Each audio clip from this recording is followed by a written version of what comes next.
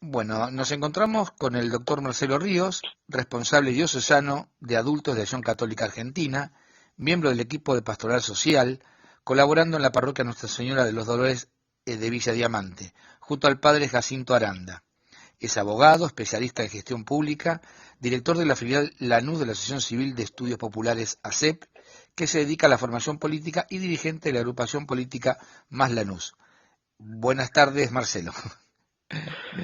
Buenas tardes, Miguel, Alicia y a Muy todos los que estén escuchando. bien. Bueno, después de esta presentación, Marcelo, ¿de qué se trató el ciclo Liderando 2030? Bueno, Liderando 2030 es un ciclo de formación política que culminó hace una semana y media, que organizó la Asociación Civil de Estudios Populares ACEP y la Fundación Alemana Konrad Adenauer, la CAF. Tanto la ACEP como la CAS son organizaciones de la sociedad civil que se dedican a la formación política inspirada desde una perspectiva humanista cristiana. En la Konrad Adenauer en Alemania es una fundación. En Alemania tiene un sistema político que los políticos se van formando antes de formar parte de los partidos a través de Ajá, esta fundación. Y la partner argentina, entre tantas organizaciones, la principal es ACEP, ajá. que tiene un desarrollo a nivel nacional, está presente en más de 20 provincias con distintas filiales y se hace ahí, está dedicado a la formación en políticas públicas sobre todo.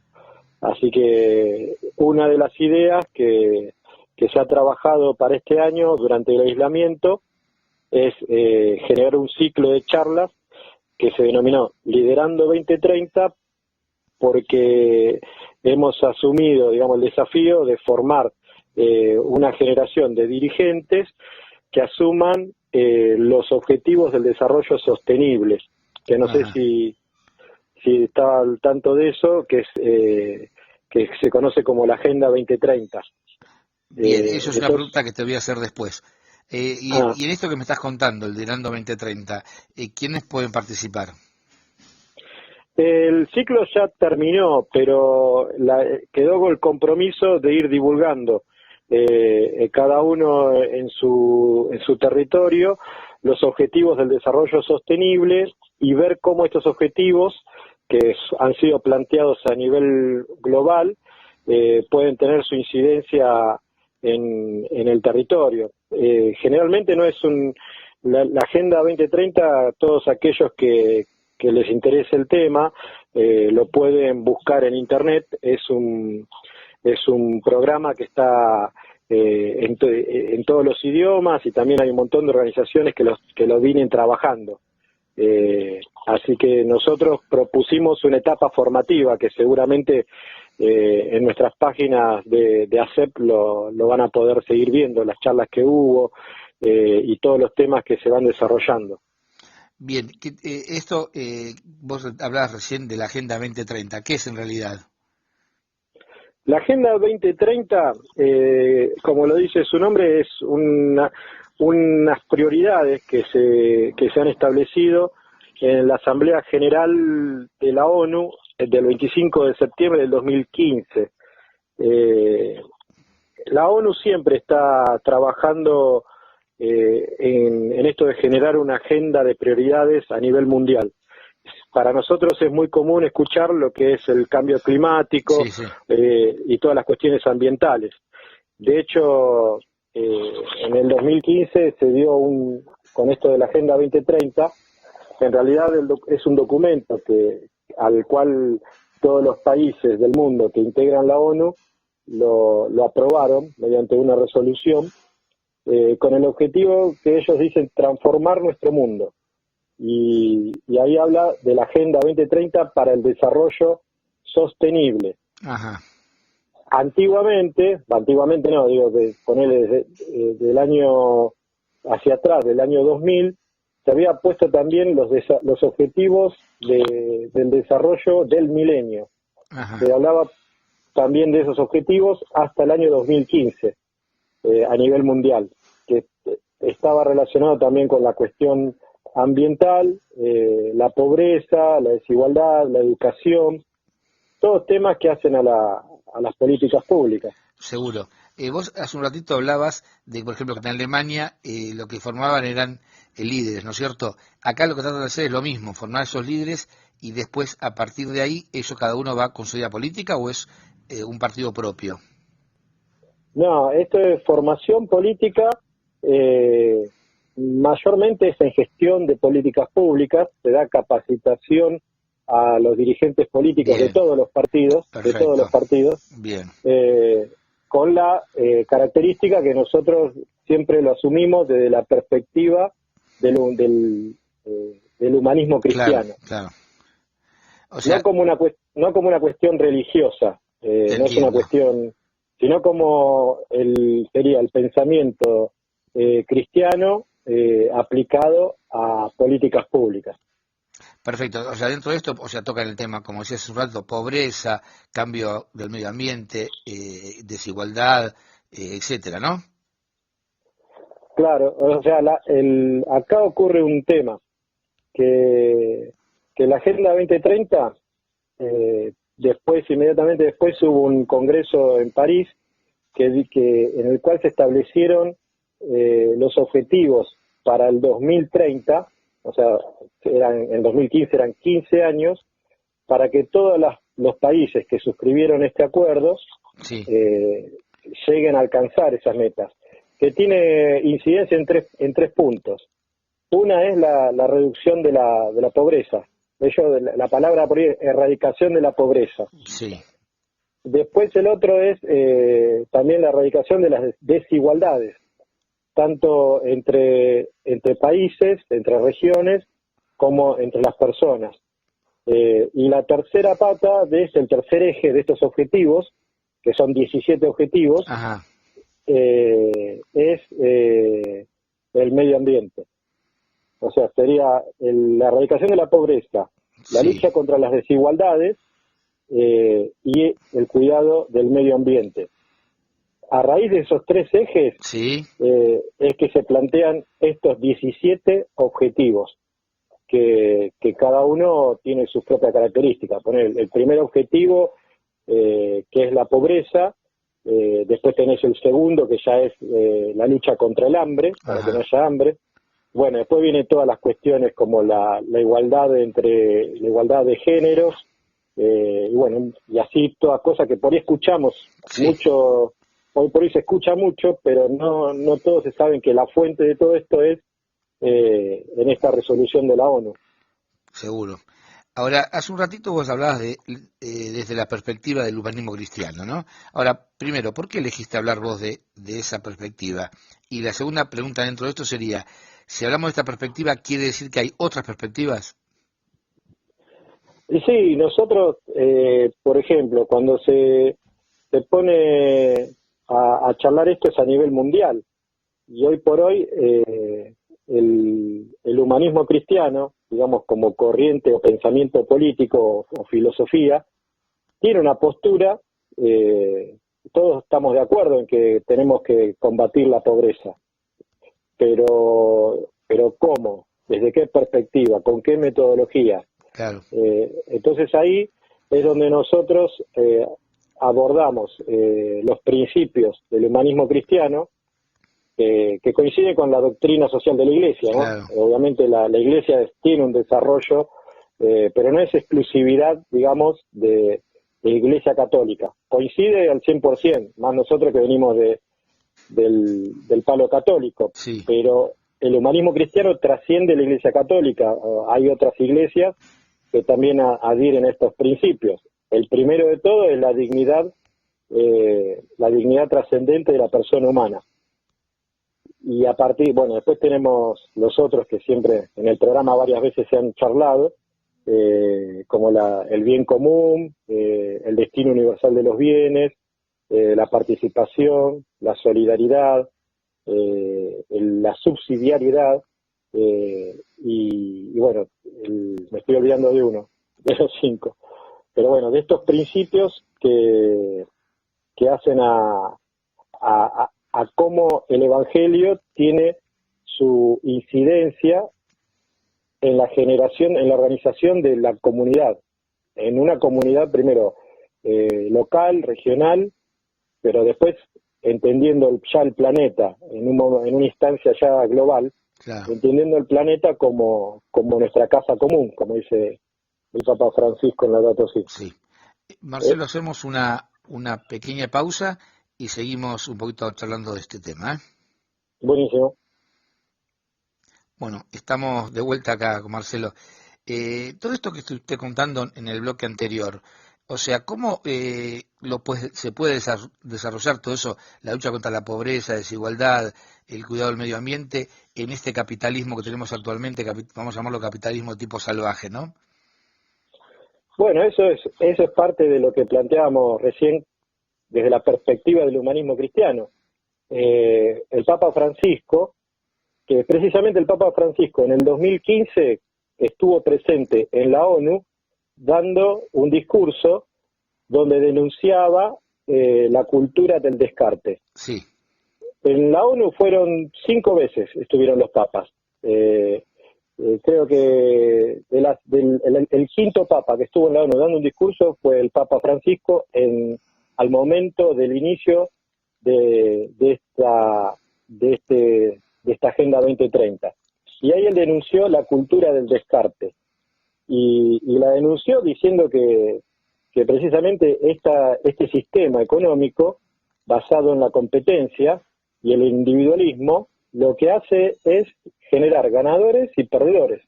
Claro. Y los perdedores son los que terminan siendo descartados del sistema. Entonces él propone ante esto, algo que justamente este año iba a haber una reunión en Asís con respecto a la economía de Francisco, se lo denominaba, para plantear una economía con rostro humano, una economía que no tenga en el centro al dinero, Claro. sino que tenga como prioridad la dignidad de la persona humana.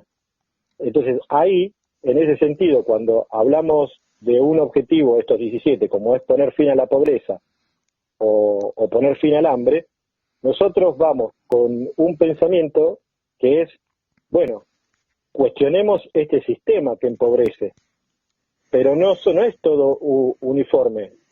Hay países en la ONU que, por ejemplo, pueden defender el libre mercado, por Sí. ejemplo, como sistema, Sí, o sí. mantener este sistema mismo, y la solución la encuentran en que los países más ricos hagan un aporte de dinero para que se transfiera a los países más pobres o en desarrollo, y estos países puedan combatir el hambre y la pobreza con esta donación que hacen los países más ricos.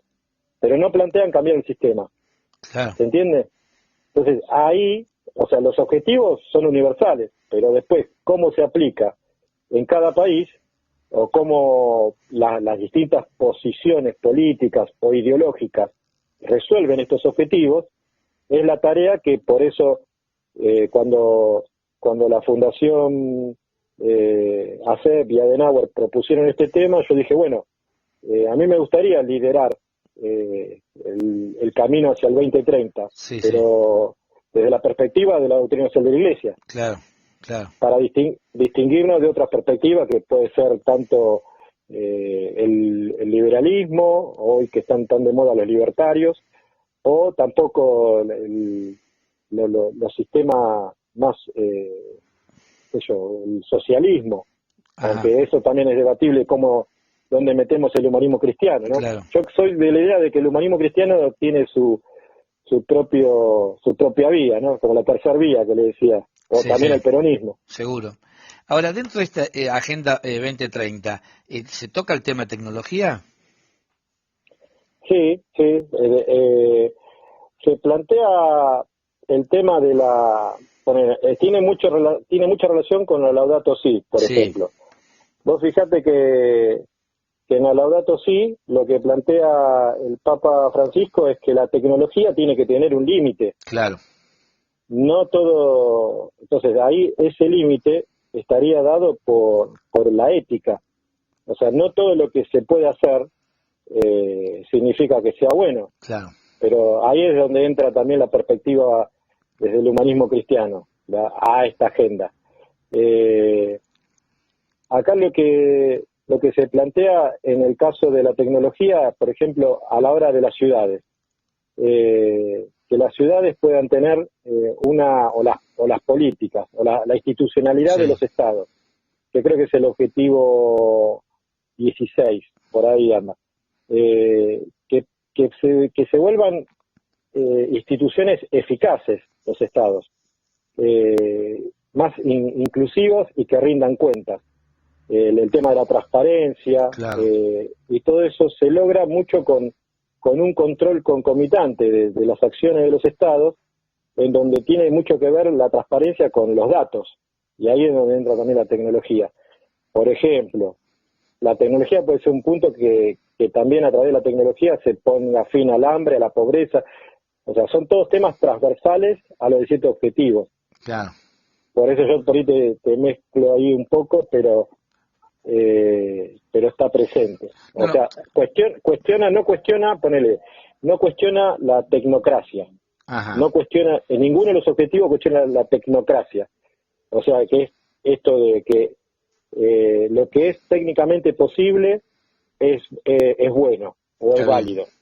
Eso lo cuestiona la Laudato Si, pero entrando en juego, por eso, de la perspectiva nuestra, ahí es donde en estos objetivos nosotros metemos esta posición. Seguro. Ahora, yo te preguntaba eso de la tecnología porque se me venía a la cabeza, o sea que la tecnología, digamos, en muchos casos, como vos decís, puede ayudar a solucionar la pobreza y demás, ¿no es cierto? Ahí sería bien empleada. Pero muchas veces también influye en que haya gente descartable por culpa de la tecnología. Entonces, lo que vos decís, capaz que hay que tener un límite para aprovechar lo que es bueno y lo otro, bueno, que no sea así. Y sí, por él, si hablamos de reducir la desigualdad entre los países y en los países, eh, tenemos el caso de la brecha que, por ejemplo, tenemos hoy en Argentina y que quedó en evidencia con el aislamiento, la Sí, brecha digital. claro, La brecha digital, y creo que a lo que se viene de ahora en más, la tecnología en cuanto a lo que es el acceso a la tecnología va a crear más desigualdad.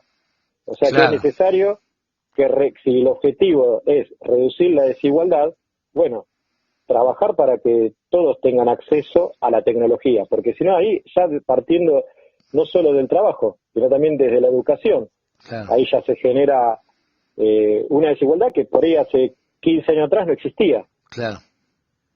Y fíjate lo que pasó ahora, o que está pasando con esto de la pandemia en Cava, con el tema de que hay creo que 6.400 chicos que no tienen conectividad, y ya ahí eso solo hizo una desigualdad entre los que pueden conectarse y los que no, que es la discusión que Claro, está actualmente si dan clase ahora en la plaza, en la calle, o no, o realmente conectar a todo el mundo, y bueno, ya que esa sería la herramienta que tenemos por este tema de la pandemia, bueno, que todo el mundo pueda acceder y todo el mundo sea parejo, porque si no, si ya estás corriendo con 3 kilómetros atrás, ¿no?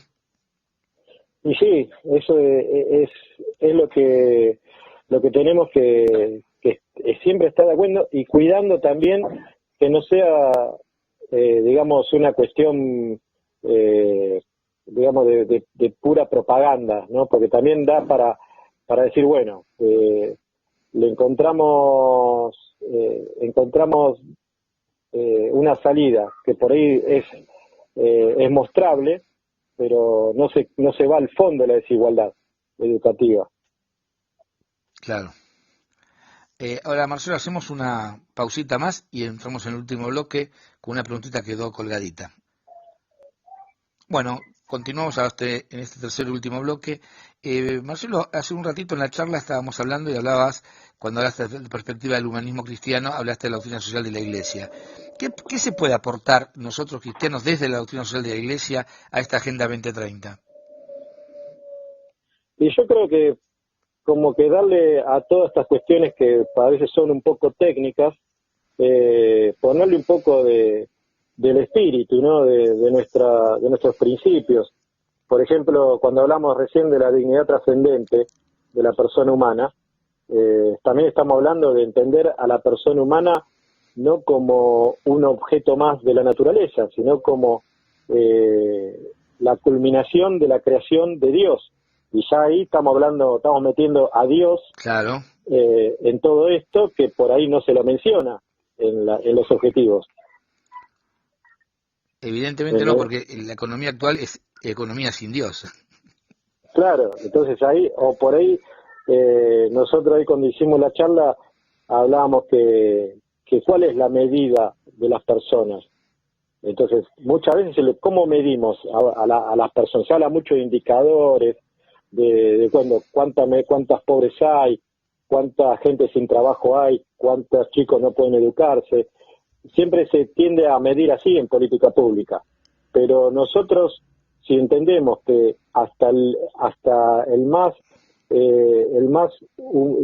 vulnerable, el más vulnerado de nuestros hermanos, el más de la persona humana, es infinitamente digno, porque es imagen y semejanza de Dios, no nos interesaría el tema estadístico. Un sistema que lleve a excluir, aunque sea a uno solo, Claro. para nosotros ya es suficiente. Entonces, poner esa visión a la hora de medir cuál es la problemática, ahí sería un gran aporte de nuestra visión cristiana. El tema que los cristianos por ahí tenemos que empezar también a romper ese pensamiento de creer que si son muchos lo podemos meter en agenda, y si son pocos, bueno, es algo que lo podemos patear para después. Y no, por eso decíamos, ¿cuál es la medida de todas las cosas? Porque no se mide como una cuestión física, con tantos centímetros, tantos números, Claro. sino que la medida de todas las cosas para nosotros es Dios, y por ahí para muchos es la economía, es el dinero. Claro. Y ahora, Entonces, vos hablás de cristianos también, y yo hago mea culpa, ¿no? También tener un conocimiento más profundo de lo que fue lo que es la doctrina social de la Iglesia. Inclusive, vos hablabas recién de la encíclica Laudato Si, pero hubo varios papas ya desde hace bastante tiempo que vinieron sacando encíclicas ya cuando empezó el problema del trabajo, la revolución industrial y demás, y bueno, y no hay gran conocimiento dentro de los católicos tampoco, ¿no es cierto? Como para defender esas posiciones. y sí, eso es por eso nosotros el tema de liderar, eh, lo que se necesita, la Iglesia, me acuerdo para el año 2000 había hecho un documento que se llamaba Hacia un Bicentenario en Justicia y Solidaridad, Bien. planteando el desafío del Bicentenario. Y ahí uno de los puntos que está Monseñor Casareto, estaba ahí al Ajá. frente de la pastoral social, decía, se necesitan líderes, se necesitan liderazgo, Claro. líderes que tengan con abnegada vocación, me acuerdo que decía, con firmes convicciones y formados en doctrina social de la Iglesia. Claro. Esos líderes, lamentablemente, yo creo que eso lo charlamos siempre con el padre Jacinto, que Ajá. estamos ahora trabajando en la capilla, digamos, haciendo la parte de pastoral social, ahí Sí. en la capilla Sí, sí. y en la parroquia. Que ustedes vinieron un par de veces en las Sí, charlas, sí.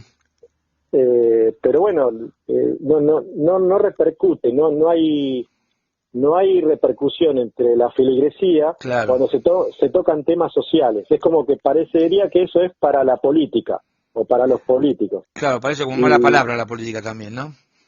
claro, bueno, eso Bergoglio también en el año 2004 inauguró en la Pastoral Social de Buenos Aires un curso llamado Iglesia y Comunidad Nacional, haciendo alusión a un documento del 81, y ahí decía que se necesita más política. Claro. Se reniega de los políticos porque obviamente son los que están más expuestos, Seguro. y obviamente por el tema de la corrupción. Sí, sí.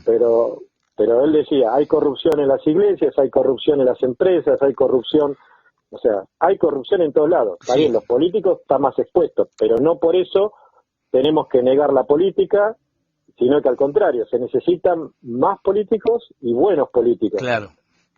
Sí, porque si dejas el hueco lo ocupa otro, eso seguro, ¿eh? Eso No sí, queda vacío, esto no queda vacío, ¿eh? pero bueno, eso es lo que nosotros insistimos con la necesidad de liderar. Viste que nosotros nos fuimos encontrando, incluso Sí, nosotros. sí, sí. Yo los conocí a ustedes, me acuerdo que me ha invitado Juano, Sí, también que él está, o sea, hay muchos dirigentes que están ya trabajando en el tema político, y obviamente desde la perspectiva del humanismo cristiano es más difícil, porque también nosotros tenemos una una lógica de hacer política que es tender puentes, es el diálogo. Claro, claro. Y muchas veces la política se guía por el enfrentamiento y las grietas. Y sí, Entonces se hace más difícil, porque si vos querés estar en un espacio, necesariamente parece que la obligación es pegarle al que está en la vereda enfrente, en lugar de buscar consenso, en lugar de tender puentes. Y bueno, eso también es un desafío de cómo lideramos la política. claro. Bueno, eso es importantísimo. O sea, porque de alguna manera tenemos que buscar el cambio, y el cambio viene por ese lado, me parece. Lo que pasa, como decís vos, es difícil, lo que no es imposible. No, pero aparte hay que sembrar procesos de cambio.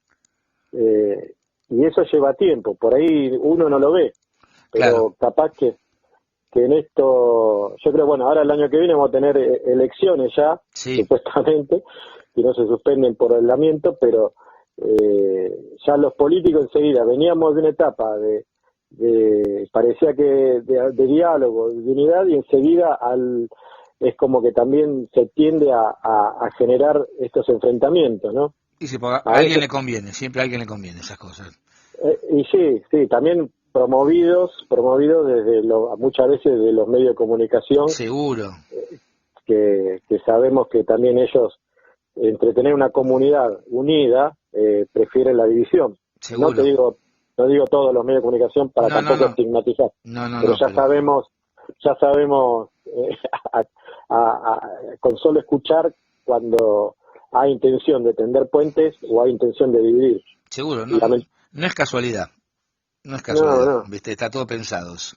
Pero bueno, hay que oponerse con las cosas que estás diciendo vos, bueno, y me parece muy interesante esta perspectiva del humanismo cristiano, y bueno, sabemos, como decís vos, que es difícil, pero bueno, habrá que seguir caminando, y bueno, y es muy, muy humano eso que uno quiera sembrar y ver y cosechar, y a veces uno siembra y no va a ver cosechar, lo importante es que alguien coseche en lugar de uno, ¿no es cierto? Y sí, eso, pero bueno, eso tiene que ver con una de las cosas también viste que Francisco siempre habla y plantaba, dice, para construir comunidad hay que tener en cuenta 4 principios. Uno de esos 4 principios es elegir entre el tiempo y el espacio, en esas tensiones. Ajá, Y él dice, a veces muchos eligen ocupar el espacio, entonces se vuelven ansiosos, como que uno está siempre pensando en ocupar espacio. Pero un político tiene que pensar más en el tiempo, más que en el espacio. O sea, generar procesos está que a bien, futuro generen cambios profundos, cambios duraderos. seguro, está muy Así bien eso. que eso también es otra de las características que hemos planteado en esa charla de Liderando 2030, el estilo ese de generar procesos de cambio. Esa es la idea. Bueno, Marcelo, quedó todo muy claro y bueno, y hay que seguir adelante. Así que te agradecemos, como siempre, por haber participado en este programa de radio. Y bueno, siempre habrá otra oportunidad para tocar algún otro tema, porque hay mucho para hablar de todo este tema, ¿no? Sí, está buenísimo, así que bueno. No, les agradezco a vos, Miguel, a Alicia y bueno, y a todos los que siempre escuchamos el programa. Así que bueno, contento de estar en contacto siempre. Bueno, muchas gracias, buenas noches, ¿eh? Un abrazo. Chao.